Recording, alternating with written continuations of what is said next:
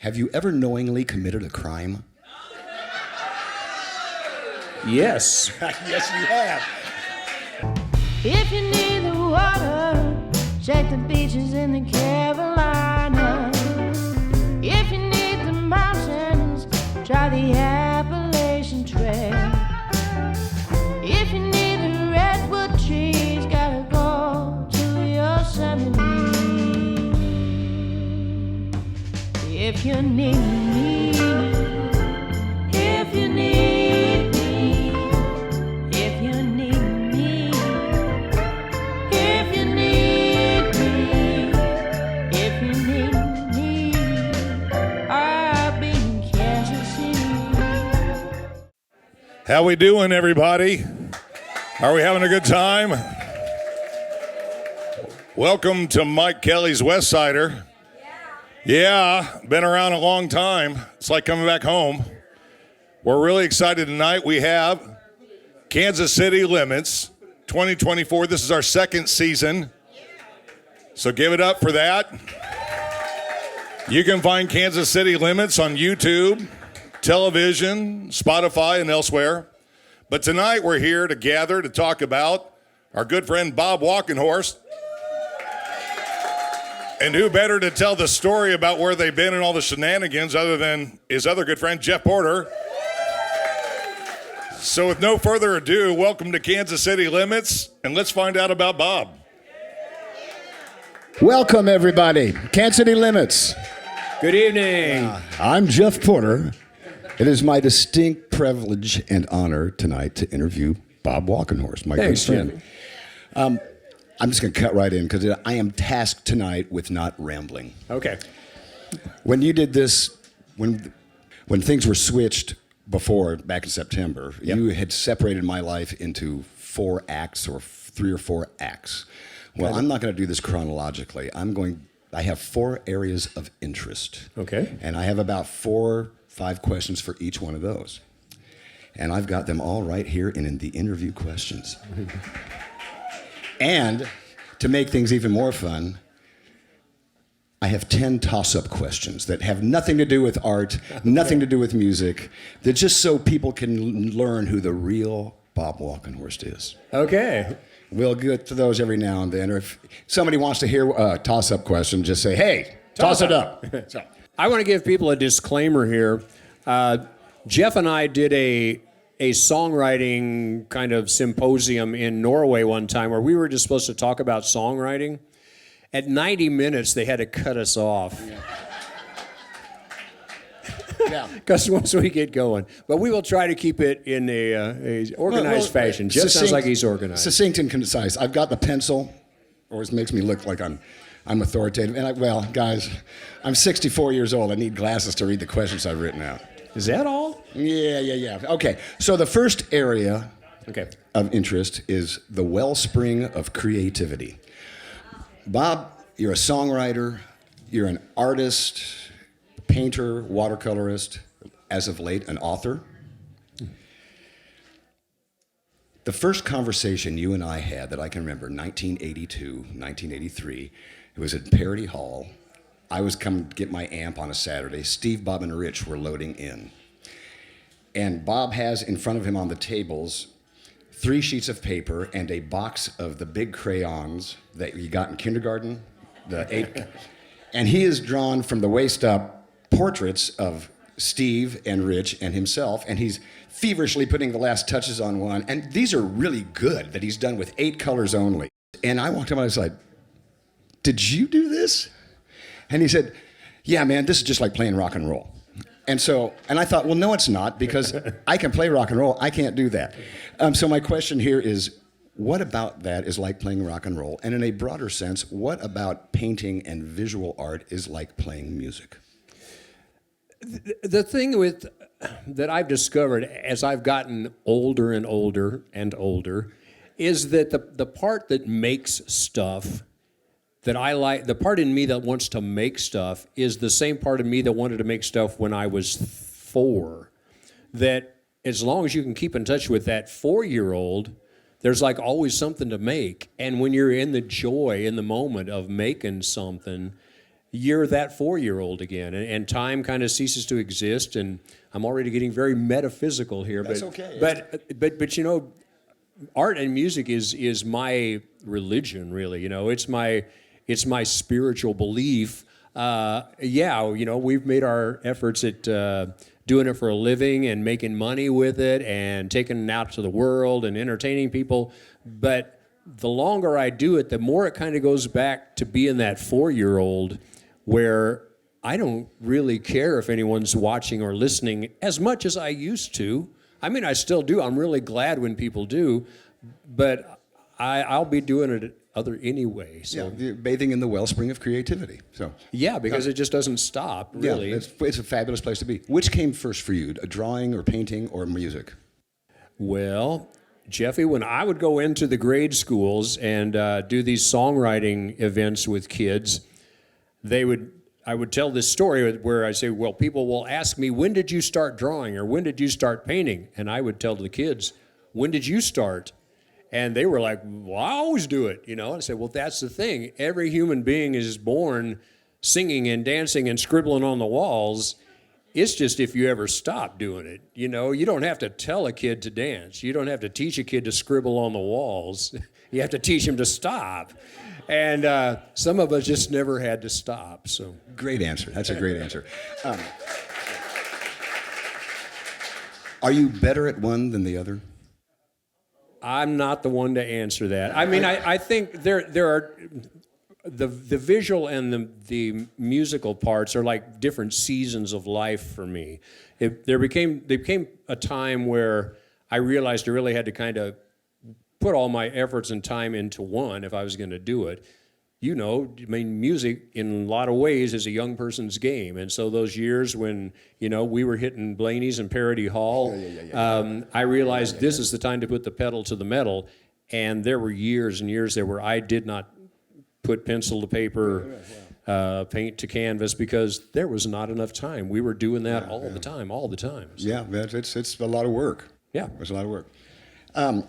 Nina Irwin told me once that she thought music was the highest of all art forms. Comment on that. Bullshit. Okay. There you go. I don't mean it's the one you have to be the highest to do. No, but I think Leonardo da Vinci said one time that he thought painting was the greatest because no one would drive miles and miles to hear a song. Well, yeah, they do, Leonardo. And they'll drive miles and miles to see a painting too. It's not a competition, you know. It's like today this painting speaks to you, and today this dance will speak to you, and tomorrow it'll be this song. And I don't think there is any advantage one over the other, really. Okay. When I'm talking about art, obviously, you can go ahead and applaud, man. I mean, all right.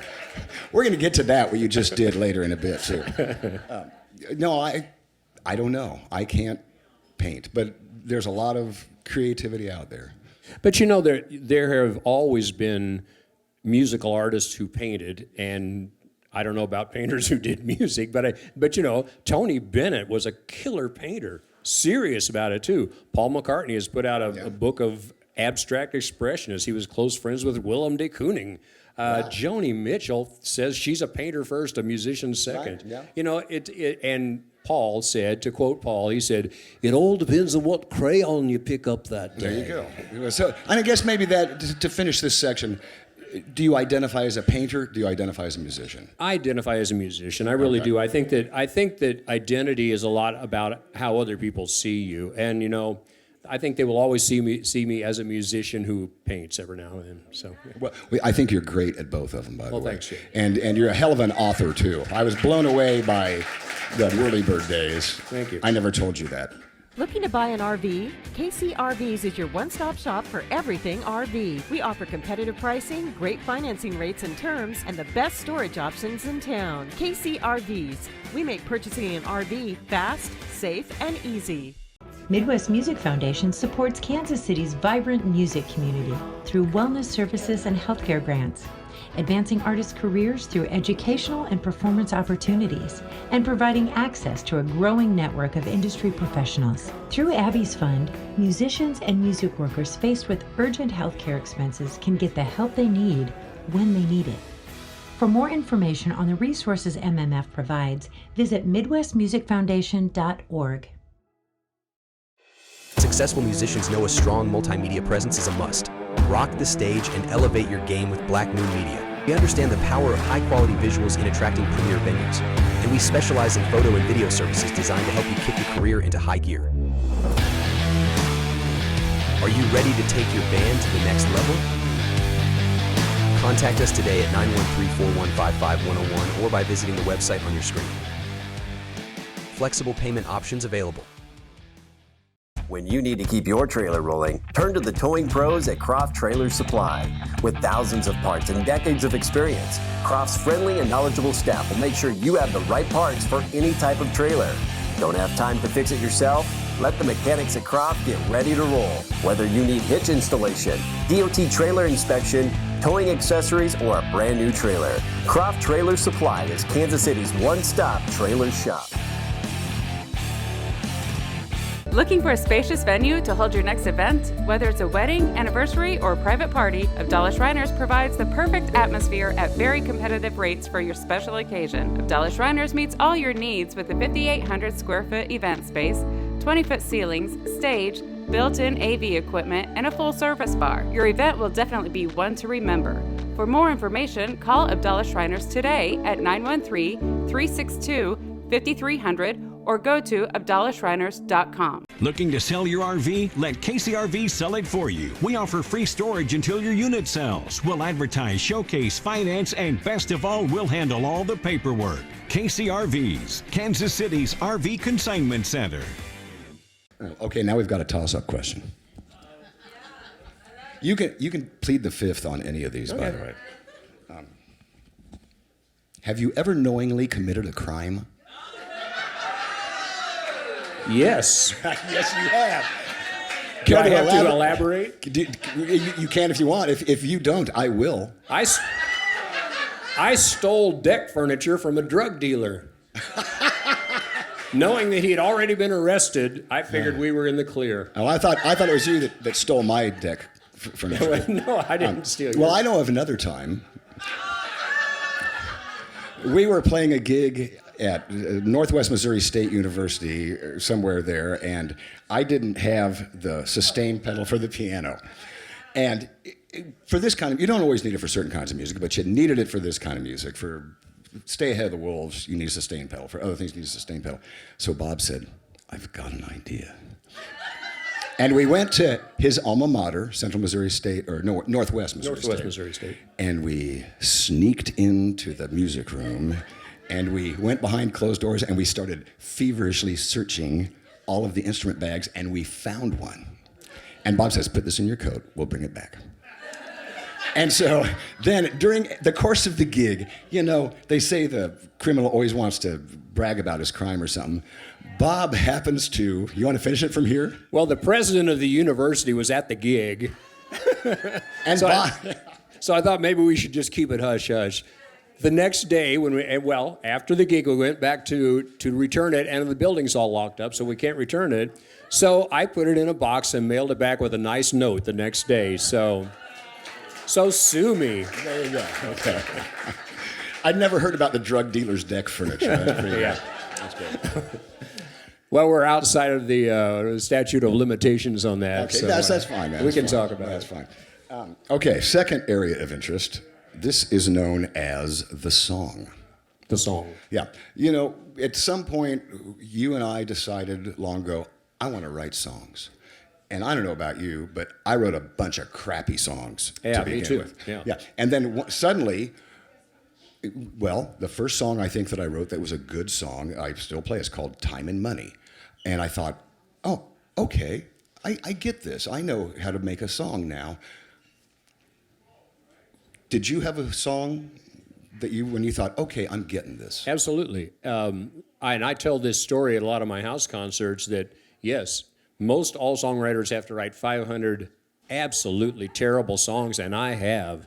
But if you keep at it, you figure out why those are terrible songs, and then you listen to your heroes and think, how come that song's good and mine's not? And you start figuring it out. And when I wrote The One That Got Away, I realized there's nothing wrong with that song. And that's the way I tell the story. It's like I finally wrote a song, not necessarily great, but there wasn't anything wrong with it. And it became, so that song is always very near and dear to my heart because that's the first song I wrote, and then it ended up being on the first Rainmakers record, the first good song I wrote. Yeah, there you go. There's nothing wrong with that. So I guess There's that's all nothing wrong with that. That's a great song. That's a great song. But on that note, what makes a song great? See, and that's where I still believe in the magic of art and the magic of music and the magic, the thing that you can't define. It's like, why does music work? I still don't really know. I mean, it can be a communal experience. It can be something that you can move to. It can be something you can stay absolutely motionless and absorb. And it's something you can be completely alone and have a part of. And I quit trying to figure out why, because it's like, the reason there is no why is the best part. It's like you really can't. It's a mystery. It's one of the last mysteries there is. It's magical. Yeah, there's still magic there. I don't know why. I mean, there's craftsmanship. Sure. You and I met the great Jimmy Webb twice, and he showed us his notebook of titles and phrases, and I'm like, "Don't lose that book." And he goes, "Oh, I won't lose that book." So yeah, we did. Sat and talked to Jimmy Webb about writing stuff. Speaking of songwriting and lyrics, and I just like this story. This is a real quick answer. No abandon, cross 7 wells. This makes me cry. What's 7 wells mean? Well, my wife, my true love, Michelle Sewell. Sewell stands for the Old English, or wherever it came from, is the place of 7 wells, Sewell, and so cross 7 wells. Yeah, I love that. When you it's told one me of that, my gazillion references to Michelle in my songs. I know that. Jimmy Webb said, yeah. I love that. I think about. Thanks for asking that. Jimmy Webb, in that interview you sent me, said that he thought "The Gambler" was a perfect song. I just wanted to say that. Yeah, I remember reading that too. It's a great song. It really is. I bullshit. just wanted to add that. No, it is. Have you ever written a song you wish you hadn't? Oh yeah. When the Rainmakers made their first record, the Government Cheese got a lot of attention. This kind of anti-welfare song on the surface. And the irony was that it was reviewed in a very conservative magazine, and it was reviewed in a very liberal magazine, and both of them said that I was taking their side. That the song was about both, and that's the good thing about songs is they are an interpretive type of art. They are for the viewer, the listener to interpret. But I do wish I hadn't written that song. I learned a lot after writing that song, not just about the responsibility of what you put out into the world, but just about life, that some people are born with luck, and I certainly have been, and some people really are not, and I try to stay mindful of that, in that I've been really lucky, and I try not to put negative stuff, and Big Fat Blonde, the same way, I wrote that song for Rich Ruth to sing. I wasn't even going to sing it on the first month that the band was together. And it ends up being, significant in us getting to that level of making records. But, yeah, songs about the shape or weight of women's bodies, it's like, you're young and stupid. Go write something better than that, Okay, so not so much Big Fat Blonde, but Government Cheese, is that a good song? It's a well-constructed song. It did, but then now we get back to the metaphysics of it. What kind of energy do you want to be putting out into the world? What kind of things do you want to be singing about that you have no qualms about answering for? Good. And I do have qualms about answering for that. I knew the answer to these questions, but I wanted you all to hear them. You thought I was just going to say, well, gee, Bob, who's your biggest influence? Okay, time for another pop-up question. Okay, pop up. You've come prepared, man. I have. Have you ever hitchhiked? I have never. I hitchhiked. I worked at Silver Dollar City back in the 70s, and one time my brother and our car broke down. We had hitchhiked to work one day. Okay. So that's the extent. Okay, I just wondered. End of story. Next question. Yeah, that's right. These are supposed to be concise, succinct answers. Okay, the next area of interest that we all want to hear about is entitled Big Time Show Business. Razzle dazzle. Okay, Mark Schaffner, a good friend of ours, as some of you may or may not know him, great guy. He was the first, on the Rainmaker's first tour of Europe, he was the house guy, the sound engineer. Yeah, quite a few and tours. he told me, he also mixed my record Even with the Wind. Really, really good friend. He told me that on New Year's Eve, 82 or 83, Steve, Bob, and Rich are opening for Fool's Face at the Uptown Theater. Oh, yeah. He said, Bob Walkenhorst plants a flag on the stage and says, I have arrived, I am a rock star. Do you remember that? Do you remember that night? Oh, that night was electric for us. Is he correct? Well, I wasn't in my... Steve and Rich and I were planting a flag in Kansas City. Rich Ruth said that what he was telling all his friends. Rich had been in the Kansas City Blues Band, a very respected and very well, really good players, but Rich wanted to do something new and edgy and energetic, and that he sees me and Steve, and he goes, that's what I want to do. So we join up, and Rich starts telling his friends, we're hotter than piss, and we're going to take over the town. Which was our attitude. So if I was planting a flag, those guys were planting one too. We were so lucky and excited to be on the bill that night, and we can bring this back to Norm. The reason we got to be on the bill at the Uptown Theater, and I think this was the end of '83, was that it was supposed to be The Secrets and Fool's Face, and The Secrets were not going to open for Fool's Face. Oh, God. Bad career Norm. move. Brent. No, Steve. I don't think it was the guys. They had this management company that I think it was their, yeah. So I just said her name. I'm not going to say it So over thanks, Norm. Norm was my break in show business. That's great. Since you brought it up, so the whole, and you're great. I've always said that during the Rainmaker shows, if you take 100% of the calories that the band is burning, Rich burns 10, I burn 10, Pat burns 30, Bob has all the 50, because you are never stopped. You're always in motion. You're jumping up and down. You told me a story one time you were in Finland and they were spraying, I think it was in Finland, they're spraying people with hoses because it's hot, and you said, hey guys with the hoses, spray me. So that being the front man, the rock star, how much did Branson have to do with that? Did you learn show business in Branson? I'm serious. That's a serious question. I did learn show business in Branson, both working at Silver Dollar City, but more importantly, at night, I would play in this little vaudeville show that was run by this guy named Shad Heller and his wife Molly. And Shad was kind of the face of Silver Dollar City. We're going to get off on a tangent here. We got real me in here. That's great. These guys, he had been a Barnum and Bailey clown. He had he was on the Beverly Hillbillies. He had done the real thing. And seeing the discipline, I mean, this was where you saw the fun of entertainment and saw people really honing their craft, but also they took it.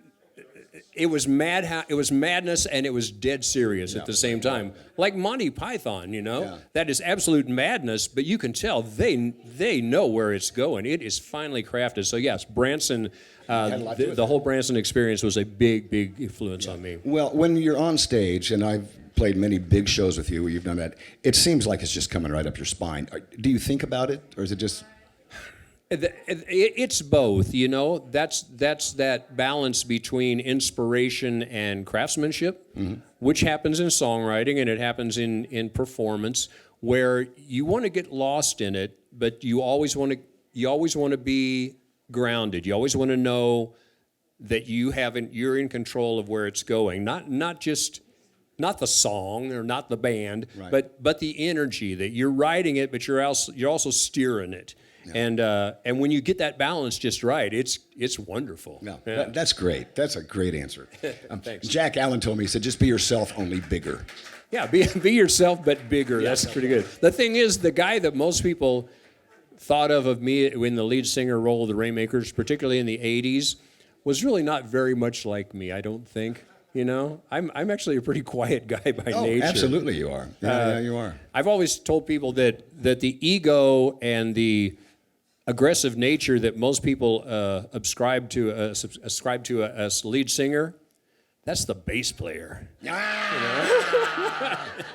And the touchy ego that you think of as a lead singer, that's the drummer. Thank you. I thought you were going to say the guitar player through all of these. And the guy who won't help carry in and out the equipment that you think is the lead singer, that's the guitar player.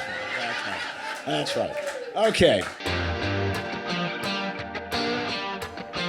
Voted Best Live Music Venue, Knucklehead Saloon is located in the East Bottoms, deep in the heart of Kansas City. Home to 4 stages, Knuckleheads offers live entertainment 6 nights a week.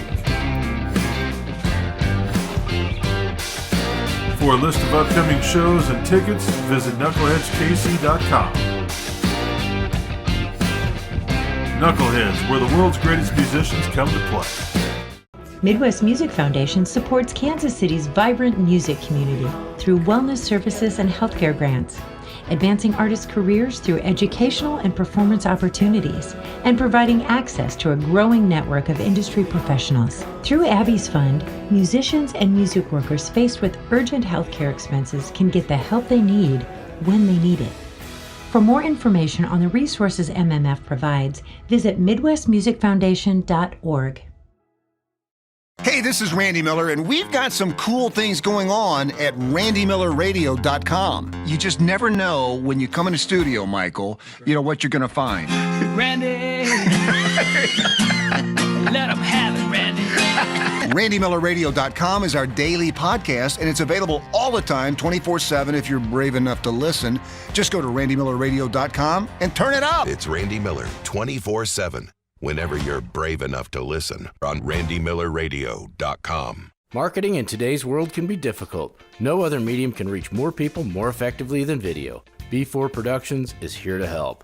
We'll bring your ideas to life and make sure you get the most out of your investment. Commercials for regular TV broadcast, explainer web videos, or just corporate training. It's what we do. When you need a quality production without breaking the bank, you need B4 Productions.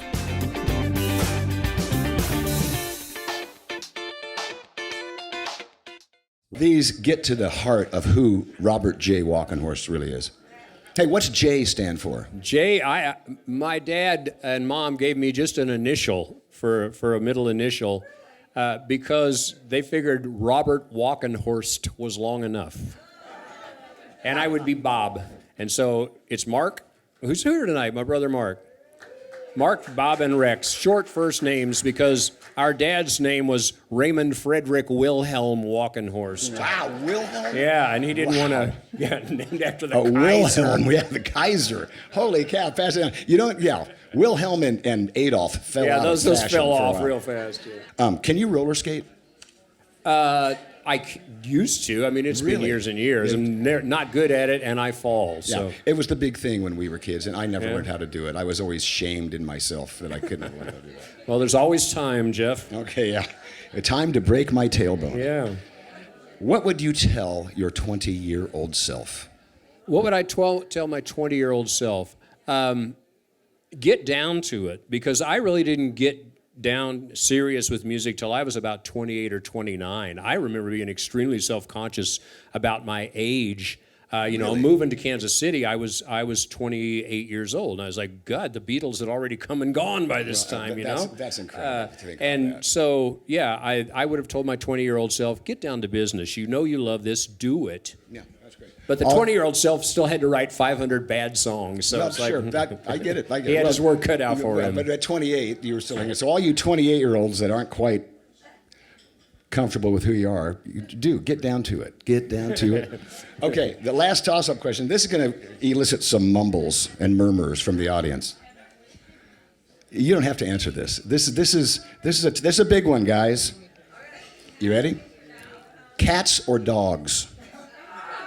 I have always been a dog person, but That is the correct answer. Just recently, I have fallen in love with a cat.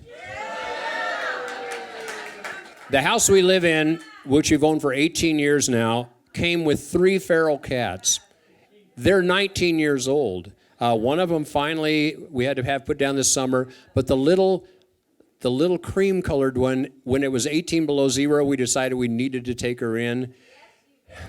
And she's now an indoor cat, and I love her. And if I seem a little weary tonight or not making sense, it's because I've been up since 3 in the morning. Because I had to take her to the vet at 7. Oh, man, sorry. And she's good. She's good. Everything's good.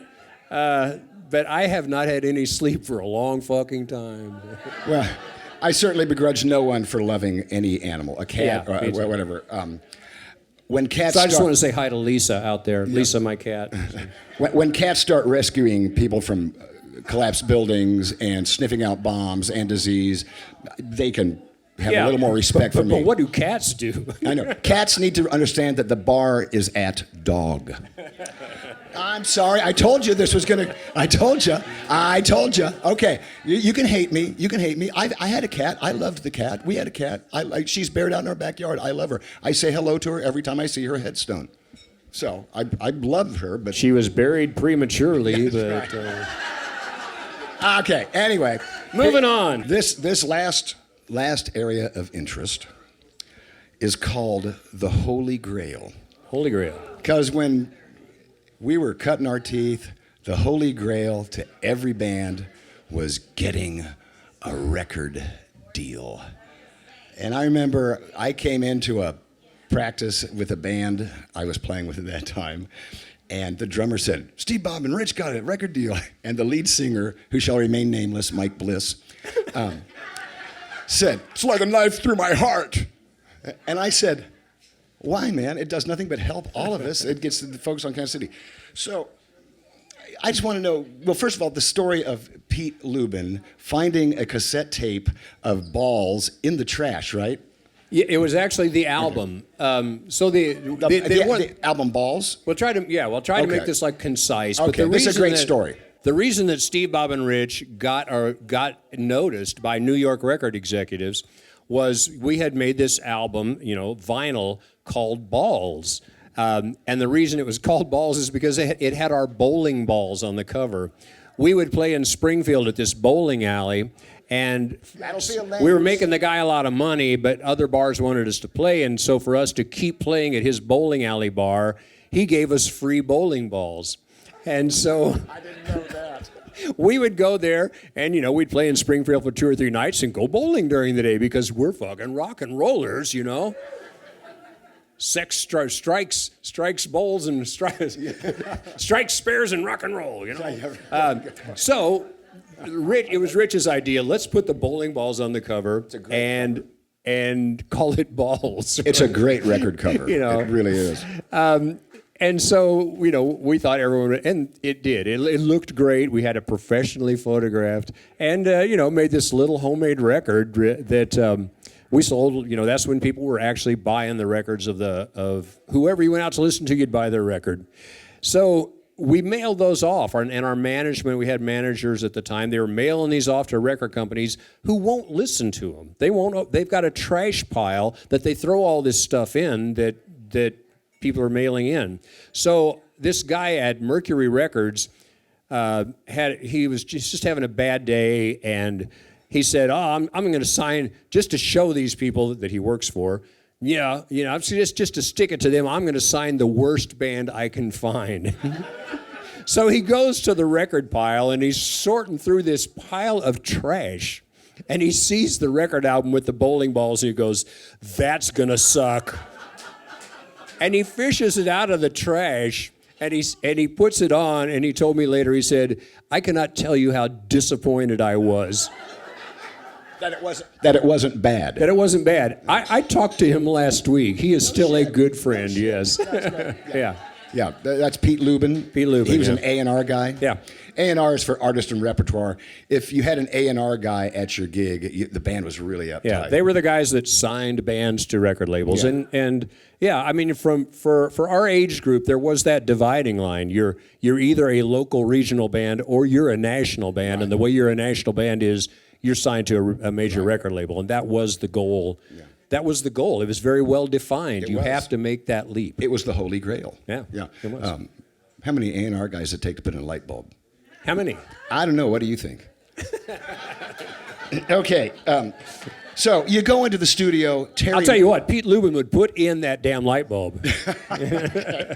You go into the studio, your first big record down at Ardent Studios in Memphis, Tennessee. Terry Manning, the record he had just finished was Eliminator for ZZ Top. Yeah. Was that intimidating?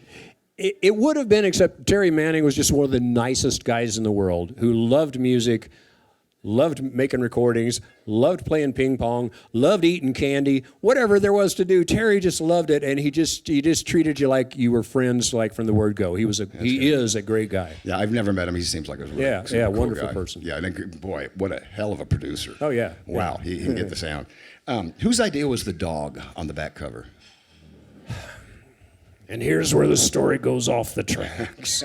No, the thing is, when you make that leap to a national act, you're going to put out an album, you're going to try to go out and play everywhere. It requires a team. It requires an army of people. You have to have people you trust, and sometimes they come to you with decisions that you hadn't even crossed your mind, but they say, we need to make a decision here. And like for the Rainmakers, it was like, what? Well, first of all, Steve, Bob, and Rich with somebody else on drums can't be Steve, Bob, Rich, and Pat. That's too many people. We need a new name. So we came up with the name, and then it was like, well, what kind of image do you want? And so they, okay, we got 5. So, it was one of those things of art directors, stylists and stuff said, well, let's put you in a top hat. And I don't regret that. It's like people noticed.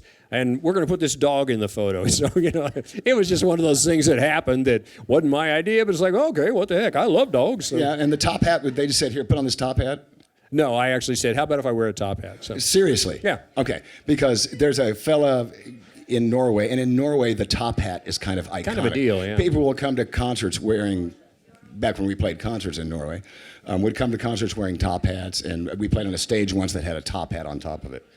Thank you for letting me do this. Hey, Jeff, when I got to interview Jeff out at Knuckleheads, and I can't even remember how that came about. I think J.A. actually contacted me and said, would you do this? And I thought, well, that would be fun and interesting.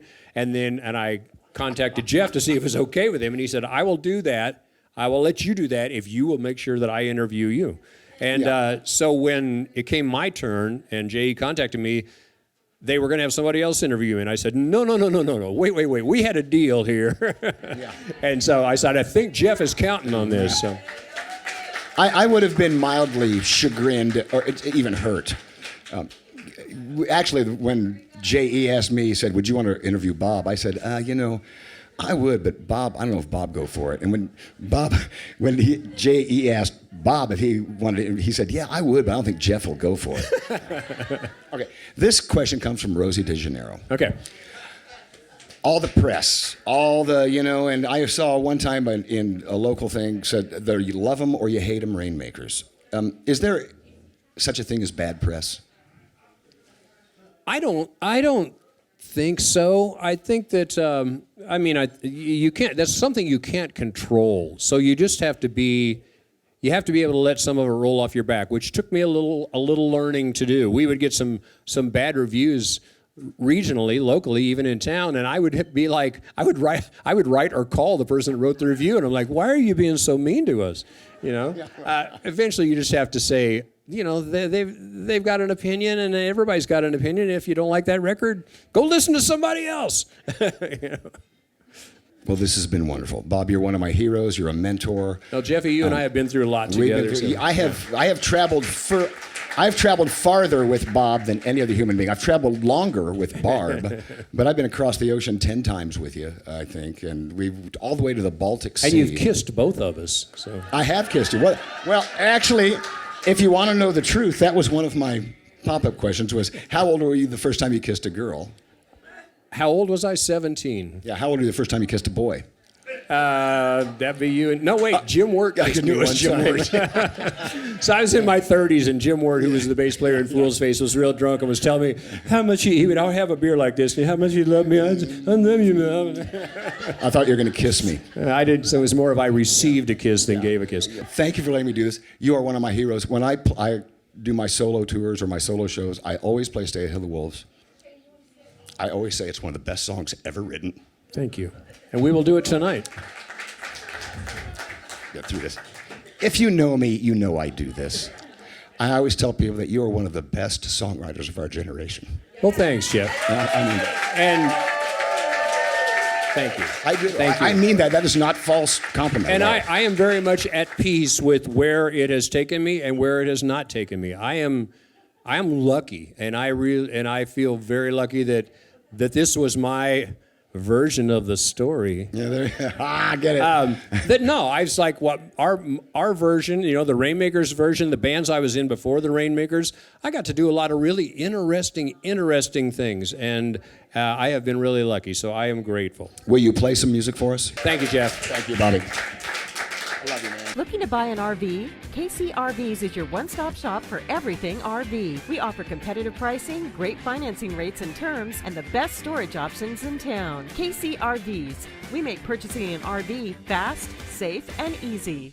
Midwest Music Foundation supports Kansas City's vibrant music community through wellness services and healthcare grants, advancing artists' careers through educational and performance opportunities, and providing access to a growing network of industry professionals. Through Abby's Fund, musicians and music workers faced with urgent healthcare expenses can get the help they need when they need it. For more information on the resources MMF provides, visit midwestmusicfoundation.org. Successful musicians know a strong multimedia presence is a must. Rock the stage and elevate your game with Black Moon Media. We understand the power of high-quality visuals in attracting premier venues, and we specialize in photo and video services designed to help you kick your career into high gear. Are you ready to take your band to the next level? Contact us today at 913-415-5101 or by visiting the website on your screen. Flexible payment options available. When you need to keep your trailer rolling, turn to the towing pros at Croft Trailer Supply. With thousands of parts and decades of experience, Croft's friendly and knowledgeable staff will make sure you have the right parts for any type of trailer. Don't have time to fix it yourself? Let the mechanics at Croft get ready to roll. Whether you need hitch installation, DOT trailer inspection, towing accessories, or a brand new trailer, Croft Trailer Supply is Kansas City's one-stop trailer shop. Looking to sell your RV? Let KCRV sell it for you. We offer free storage until your unit sells. We'll advertise, showcase, finance, and best of all, we'll handle all the paperwork. KCRVs, Kansas City's RV Consignment Center.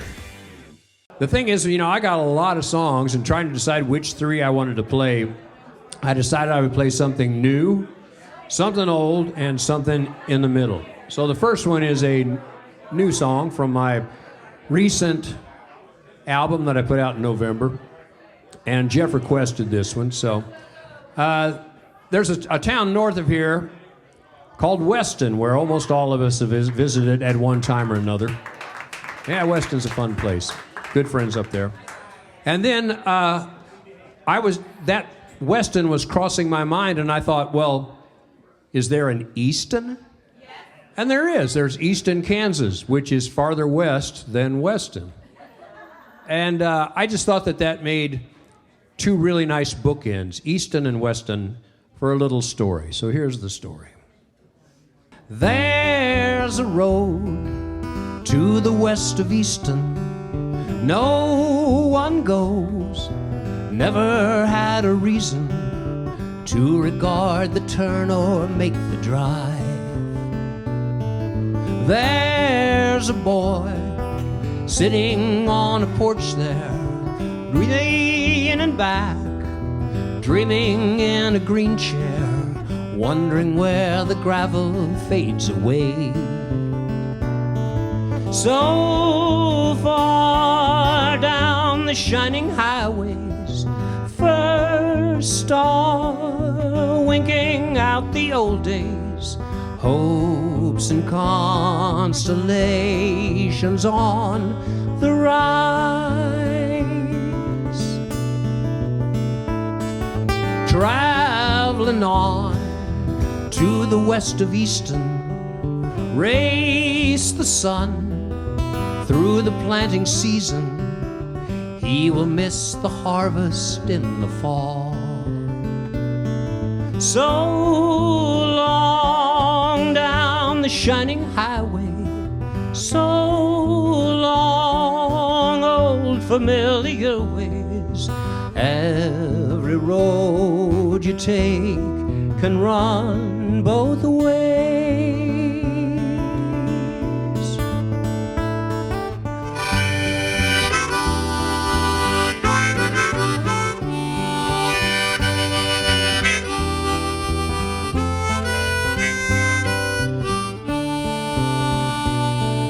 On a farm to the east of Weston, there's a girl with a flowered dress on, spinning in slow circles in the yard.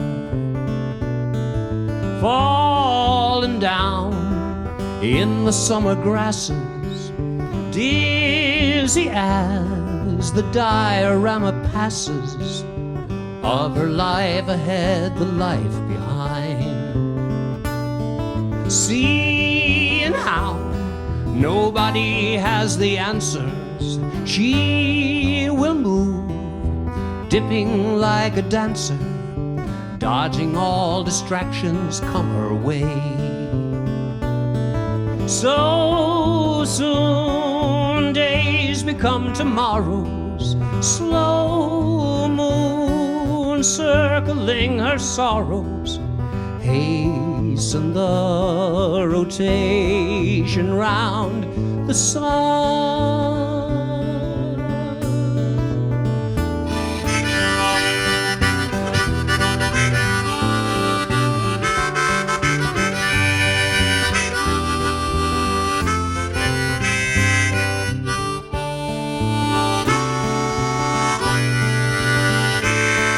Round the bend, far from East and Weston, where it ends, you're as good as guessing, onto our uncertain certainty.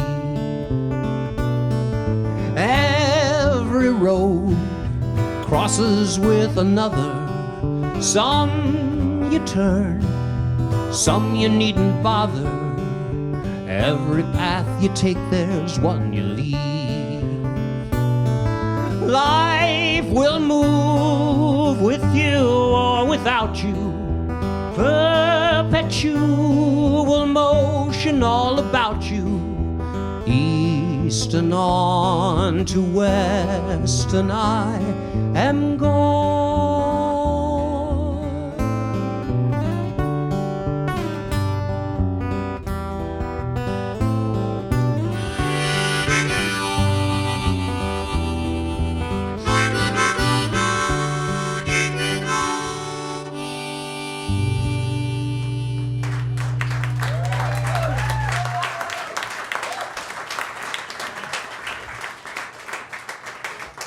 Something new, something old.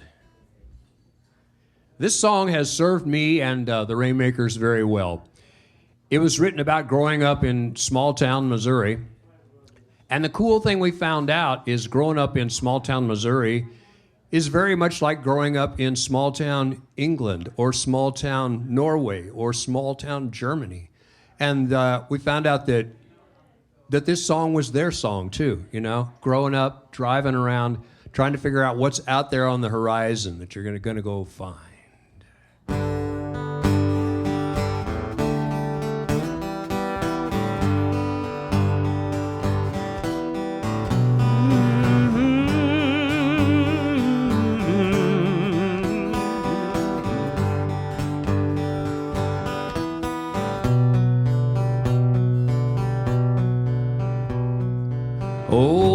than I used to be, younger than I'm gonna be. Fewer things puzzle me than when I was young. But when my pace is falling slack, I catch myself thinking back. A certain night, a certain summer, long gone long.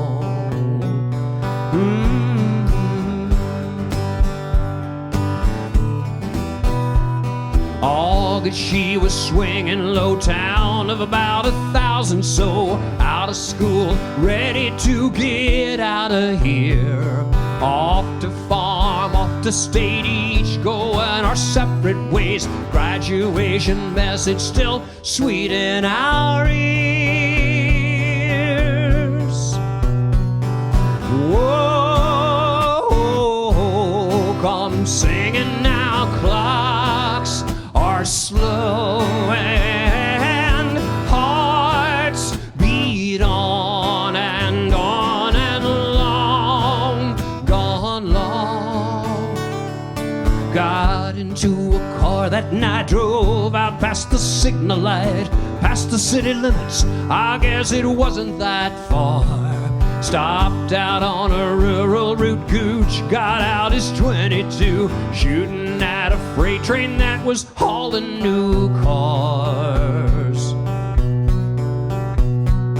Drinking underneath the stars, watching, counting meteors. Robert said, you know those fella 100 years ago. The light is just now reaching Earth. I said, man, for what it's worth, I think you are wrong, and you really don't know.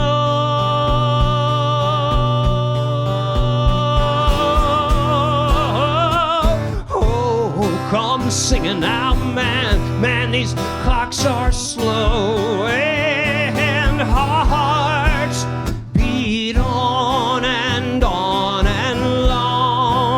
gone long. Is something going on? I tell you, nothing's going on. Nothing's going on, going on, going on. Is something going on? I tell you, nothing's going on. Nothing's going on, going on.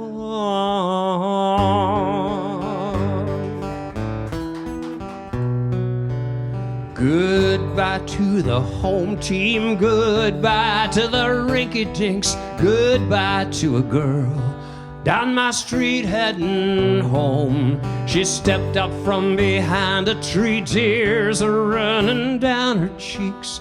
Goodbye to more than either of us could have known. La la la la la la la la la la la la la la. Oh la la la la la la la la la la la la la la.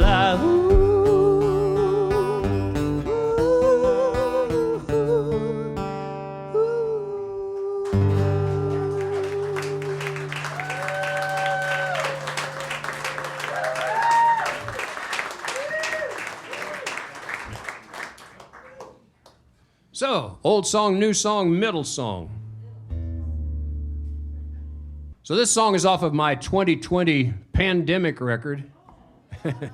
I think most artists have their pandemic record or their pandemic painting or book or whatever that kept them sane during the pandemic. So this song, the first two lines of this song really sum it up for me. I was singing before anybody listened to me. And whenever everybody quits listening to me, I'm still going to be singing. But in between, I thank you all so much for listening to me.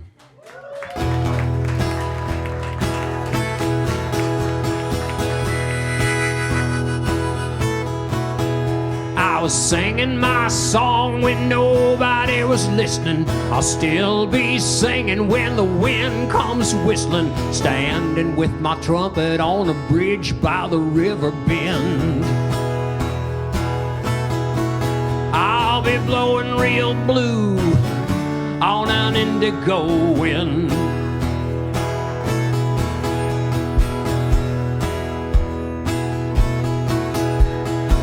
never was much on syncopation. I stutter in the art of conversation. I fall between the cracks and the beats and the synonyms. And I dangle in my tangled up thoughts on an indigo wind.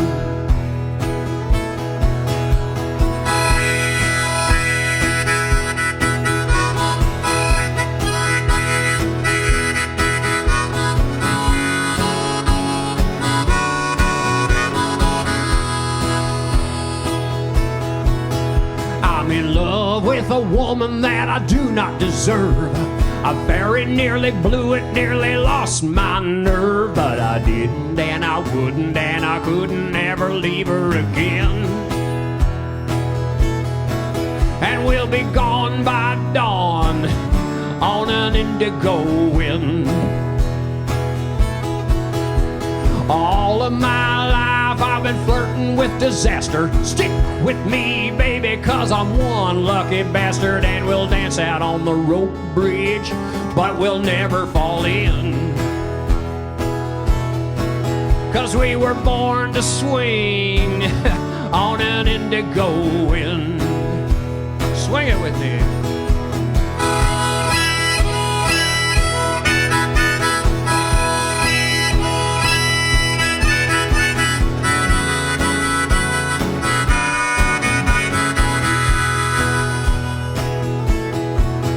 In my busted up mirror, I'm a real good looker. A cool cucumber in a steaming pressure cooker. And somebody's got to answer, got to blow, something's got to give.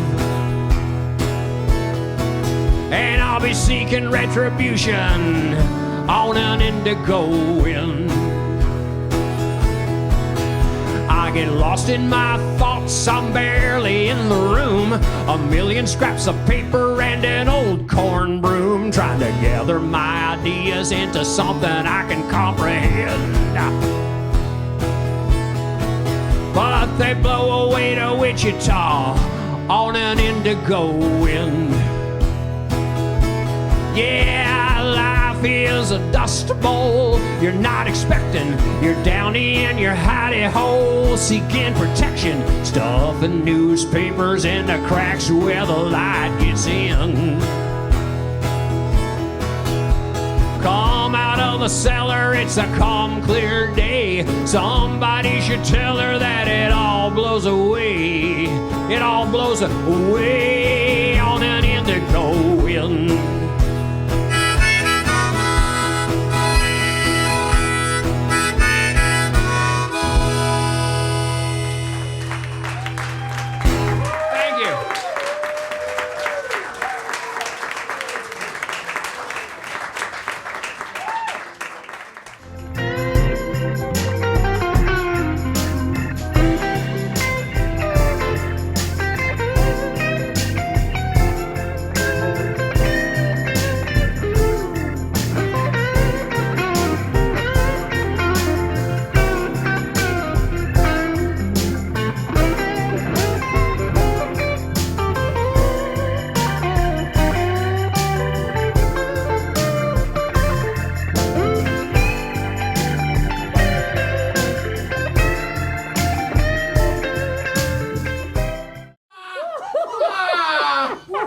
Oh my gosh! I lost it. That is the one. That is one right there. Oh my.